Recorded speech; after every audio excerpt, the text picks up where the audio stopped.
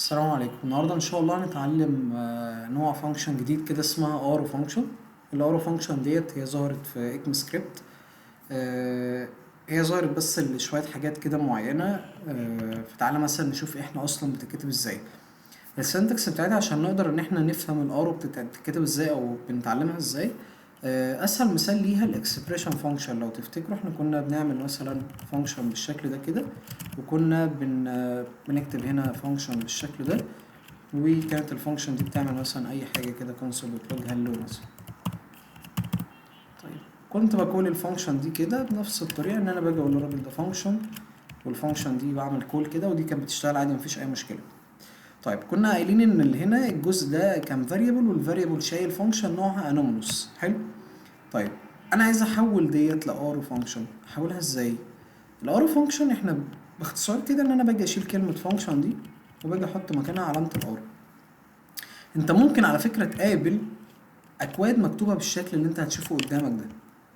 يعني بص انت كده ممكن تلاقي النوع ده دي فانكشن فعلا اسمها ارو، وفعلا اشتغلت وما فيهاش اي مشكله، بس انت واخد بالك من شكلها عامل ازاي؟ هل دي فانكشن؟ في ناس ممكن تشوفها لاول مره تقول لك ايه ده، انا مستغربه ايه الكود دوت، دي فانكشن؟ دي فانكشن واسمها ارو فانكشن. طب الارو فانكشن دي ايه الميزه بتاعتها؟ تقول لي بتقلل سطور كودك، اقول لك اكيد مش ده الفكره بتاعتها، بس ولكن ان الارو فانكشن قال لك ان هي ليها مهمه كبيره جدا بالنسبه لي، هتفرق معايا لان دي الاهم، بعيدا عن ان هي سطور كودها بالمنظر اللي انت شايفه ده. انت هتقول لي دي ابسط واسهل بكتير وشكلها خفيف كده على العين والدنيا حلوه، ولكن هي الميزه بتاعتها الاهم ان هي ليها علاقه كبيره قوي بحاجه اسمها زس. طيب تعالى كده نفهم الزس دي ايه، ونبدا نشوف او نربطها بالارو فانكشن دي. طيب ايه الزس دي؟ بص كده، انا لو جيت هنا كده باختصار وجيت قلت الراجل ده ممكن كده توريني كلمه زس دي شايله ايه؟ قال لك ان كلمه زس دي بتعود على مين؟ على الويندو. طب انت جبت الويندو منين؟ قال لك ان هي انت لو عملت لها كونسول دوت لوج بالشكل ده كده في الهواء او في الطل زي ما انت شايف كده، اللي هو في اول سطر كود كده بقول له وريني الزيس بتاعتك هتبقى عامله ايه، قال لك ان الزيس بتاعتك شايله الويندو.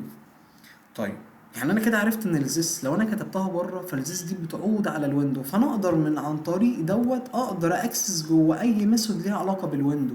عارف كده اكن انا بستعمل دلوقتي البوم. فاقدر اعمل ايه؟ اقول للراجل ده مثلا وليكن كده دوت مثلا لوكيشن، فاقدر اعمل او اوصل للوكيشن اللي هو اللي كان في جزء البوم. ممكن تلاقوه في البلاي ليست، تدخلوا تتفرجوا عليه وتلاقوا الميثودز دي. فانا عندي ممكن اقول للراجل ده دوت مثلا this او this دوت مثلا ويندو، وعن طريق الويندو انك انت تقدر تاكسس على اي ميثود موجوده في الويندو. فخلينا كده متفقين ان الزس في موقعها ده هي بتعود على اي حاجه ليها علاقه بالويندو. طب لو انا جيت كتبت الزس ديت وليكن مثلا جوه فانكشن بالشكل ده، ادي فانكشن تيست، وفانكشن التيست دي انا حطيت فيها الزس، وبس جيت عملت هنا تيست كده عملت لها كول، الزس هنا هتعود على ايه؟ قالك ان الزس هنا برضو جوه الفانكشن دي بتعود على مين؟ على الويندو برضو. يعني انت تقدر تاكسس على الويندو جوه الفانكشن دي بالزس، بس خلي بالك برضو عشان تبقى متفق معايا ان الزس ليها اشكال كتيره وبتتغير من الوقت للتاني. يعني ايه من الوقت للتاني؟ على حسب مكانها فين. فانت هنا خلينا متفقين ان الفانكشن دي دلوقتي بتعود على الويندو اللي موجود ده. طب الويندو هنا هي قدرت تاكسس عليه. طب احنا كده فهمنا الزس مكانها هنا بيعمل ايه، يعني مكانها بره. لو انا جيت عملت لها كول بره هتبقى بتجيب او بتعود على الويندو، وجوه الفانكشن برضه بتعود على الويندو. خلينا نقول ان هي بيبقى الريفرنس بتاعها اللي شايل الكلام ده كله. مين اللي شايل فانكشن الويندو؟ حلو. فهو بيبقى ده بالنسبه له كده هو بيأكسس على اللي شايل الكلام ده كله، او بيعود على الحاجه اللي شايله الفانكشن بتاعتي دي. طب حلو جدا. طب تعالى نعمل مثال نصعب بيه الدنيا شويه، يمكن الدنيا تبقى ايه اوضح، يعني نعمل حاجه اتقل كده. لو انا جيت عملت ليت اوبجكت بالشكل ده، حلو، وده بقى عباره عن اوبجكت. الاوبجكت ده مثلا وليكن فيه سالري، والسالري ده مثلا وليكن 6000. حلو. وجيت انا عملت فانكشن هنا. الفانكشن دي مثلا وليكن احنا هنعمل هنا بقى مش فانكشن، هتبقى ايه؟ ميثود. الميثود دي مثلا خلينا نقول كالك سالري مثلا. طيب الكالك سالري دي ميثود نوعها انونيمous كده بالشكل ده، والراجل ده عايز بقى يعمل ايه؟ يعمل كونسول دوت لوج. طب هيعمل كونسول دوت لوج لمين؟ انا عايزه يعمل كونسول دوت لوج للسالري. بص كده، انا اول اصلا ما كتبت السالري هو عمل this.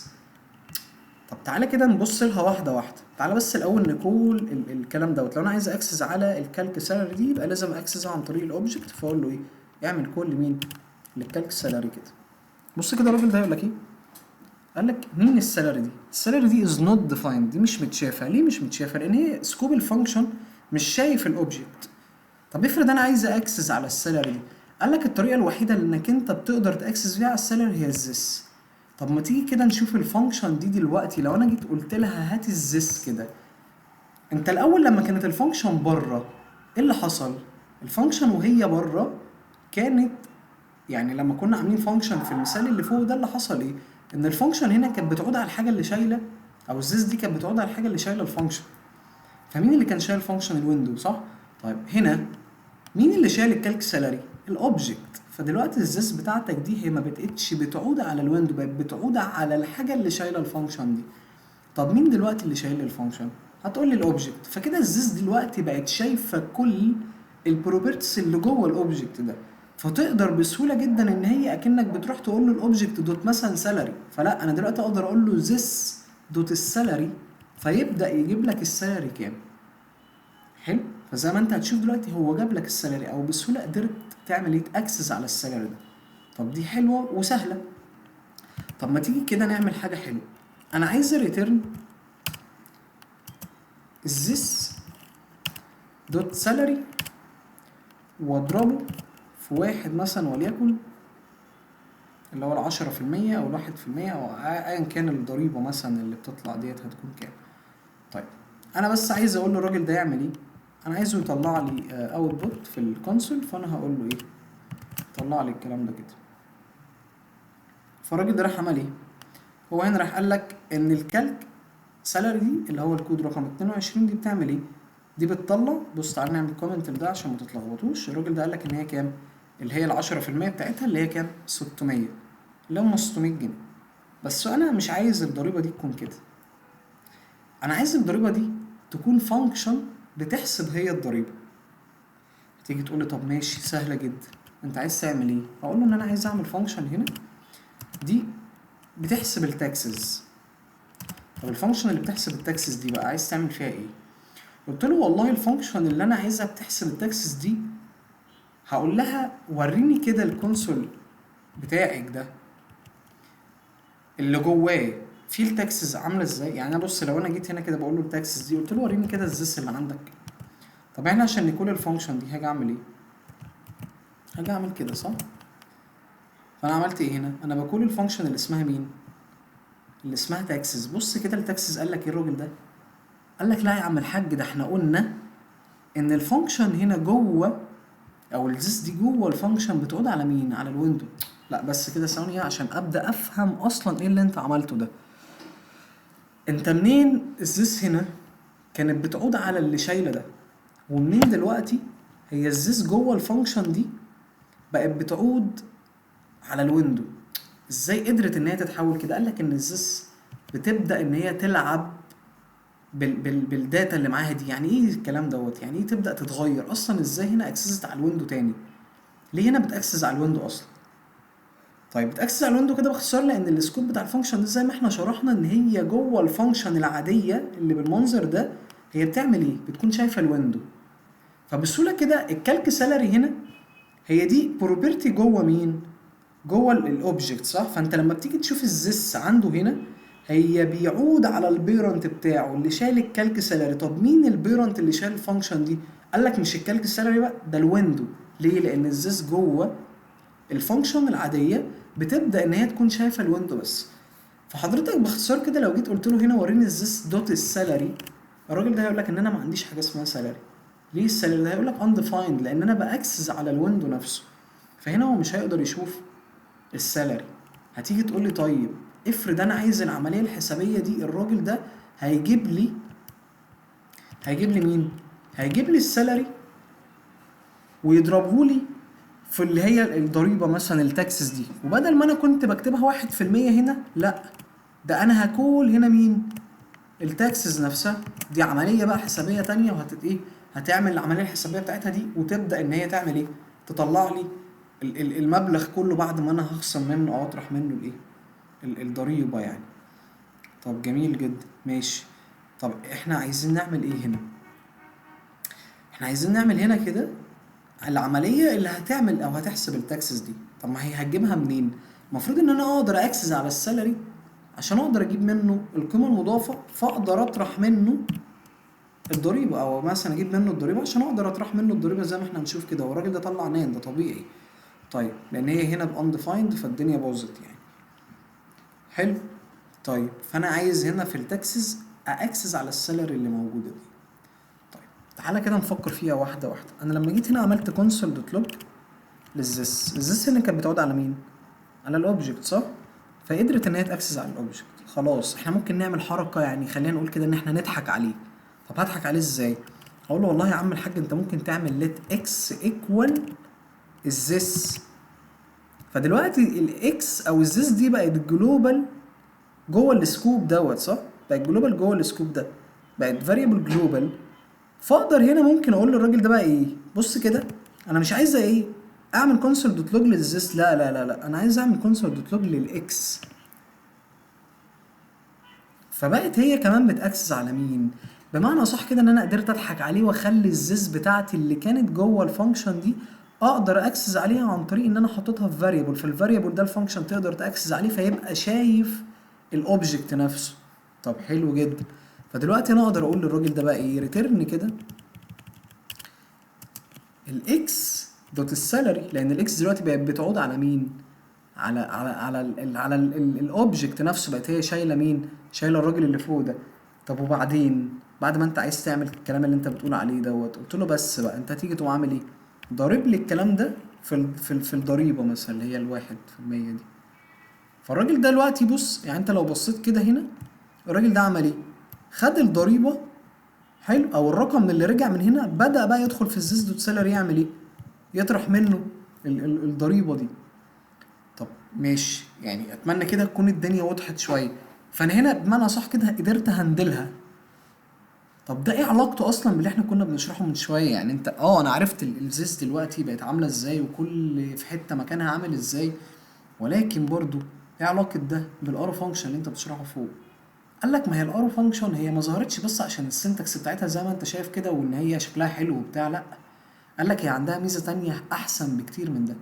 قال لك ان هي مش بتكريت لنفسها زيس جديده، مش بتاكسس زيس. يعني ايه مش بتاكسس زيس؟ قال لك يعني كل فانكشن من دول بيكون ليها زيس، لكن الارو فانكشن مش بتعمل لنفسها زيس. قصدك ايه يعني؟ قصدي ان انا بدل ما انا كنت كل مره بقول للراجل ده بقى ايه، يعني انا بقول للراجل ده عشان اقدر اكسس على مين؟ على الزيس. قلت له خلاص حط لي الاكس دي فين؟ حطها لي، او حط لي الزيس دي فين؟ في اكس، والاكس ده اقدر انا اتعامل بيه بقى خلاص، ما انا كل الفانكشن هتبقى شايفاه، فبالنسبه لي هتبقوا كلهم قادرين ياكسسوا على الاوبجكت.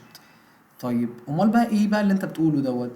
انت لو حولت الفانكشن دي لارو فانكشن فهي مش هتكريت لنفسها زيس جديد. طب ما تيجي كده نشوف، يعني انا هشوف انا هنا بص هندلتها ازاي. خليت الزيس جوه اكس والاكس حطيتها ايه؟ عشان اقدر اكسس بيها السالري. طب لو حولت دي الارو فانكشن احولها ازاي؟ قال لك ان احنا بنيجي نعمل ايه؟ احنا بنخزن دوت في فاريبل صح؟ فانا هقول let taxes بيساوي الكلام ده. طب مقابل للفانكشن اللي انا مسحتها بحط علامه الارو صح؟ فتعالى بقى نمسح الكلام ده كده، تعالى نمسح الكلام ده كده ونيه نعمل الريتيرن دي كده ونبدا نبسط الدنيا شويه. بص دي كده شكل الفانكشن بتاعتي. طيب بس انا هنا دلوقتي اقدر ايه؟ اقدر ما اعملش دي خلاص بقى، انا دي كده مش محتاجها. بس اقدر دلوقتي اروح انده على الزيس على طول، لان دلوقتي الزيس دي بقت هي نفسها الزيس اللي كانت هنا. فقدر الراجل ده بسهوله ان هو ياكسس على الداتا اللي موجوده فوق. ليه؟ لان الارو فانكشن مش بتكريت لنفسها زيس. فانا قدرت كده بسهوله ان انا ما هندلهاش عن طريق ان انا اعمل ليت اكس واحط فيها الزيس، لا. ده انا بعمل ايه؟ بروح انده الزيس على طول. طب الزيس دي بقت مين؟ الزيس دي بقت هي نفسها الزيس اللي هنا. شوف كده لو انت تفتكر، لو انا جيت عملت هنا كونسول دوت لوج للزيس، هي الزيس دي كانت بتقعد على مين؟ على اللي شايل الفانكشن دي صح؟ فاحنا بنقول كده بسهوله جدا ان الارو فانكشن مش بتكريت لنفسها زيز جديده. فمعنى ان هي مش بتكريت نفسها زيز جديده يبقى الزيز بتاعتها دي بتعود على الاوبجكت اللي شايلها، لان هي دلوقتي بقت مين؟ بقت اكن الزيز اللي هنا هي قادره تاكسس عليها، فبقى زيها زي اللي فوق، فبقى قادر ان هو يعمل ايه؟ يشوف اي حاجه جوه مين؟ جوه الاوبجكت. وده كده باختصار ميزه الارو فانكشن. او هي ظهرت ليه؟ فهي ظهرت عشان هنقول ان هي ممكن تكون شكلها لطيف شويه. انا ممكن اعمل ايه؟ امسح الريتيرن دي خالص وامسح كل الكلام ده. بص كده دي فانكشن، هتلاقي بص في الاخر رجعت عادي الداتا بتاعتها لان دي فانكشن بالنسبه لنا. فقدرت ان هي تعمل ايه؟ تريتيرن الكلام ده كله من غير حتى ما اعمل اكواز. بص شايف شكلها عامل ازاي؟ شكلها خفيف والدنيا لذيذه، بس هي اكيد الاستفاده بتاعتها مش في كده بس، لا، ده قال لك ان هي مش بتعمل ايه؟ مش بتكريت لنفسها زيز جديده. ودي الميزه اللي موجوده فيها، انك انت تقدر ساعتها اختار امتى الارو فانكشن وامتى اشتغل بالفانكشن العاديه. يعني استخدم الارو فانكشن لو انا فعلا الزيس هتفرق معايا، يعني لو انا الزيز ديت مكانها هيحكمني في حاجه، فاقدر ساعتها ان انا اهندل الطريقه ديت. فاهمين الفكره؟ ولكن مش هتفرق معايا، فاقدر ان انا ممكن اعمل ايه؟ استخدم الفانكشن بتاعتي العاديه وما فيهاش اي مشكله. فده كان باختصار كده درس النهارده. الموضوع اعتقد ان هو بسيط وواضح. فميزه الارو فانكشن باختصار كده ان هي مش بتكريت لنفسها زيز جديده، بعيدا عن ان هي ايه؟ شكل الكود بتاعها خفيف او لطيف شويه كده. ده كان درس النهارده، اتمنى يكون عجبكم ان شاء الله. ما تنسوش تعملوا لايك وكومنت، وما تنسوش تصلوا على النبي. ولو اول مره تتفرج عليا ممكن تعمل سبسكرايب واعمل شير عشان تقدر تفيد عدد كبير من الناس. سلام.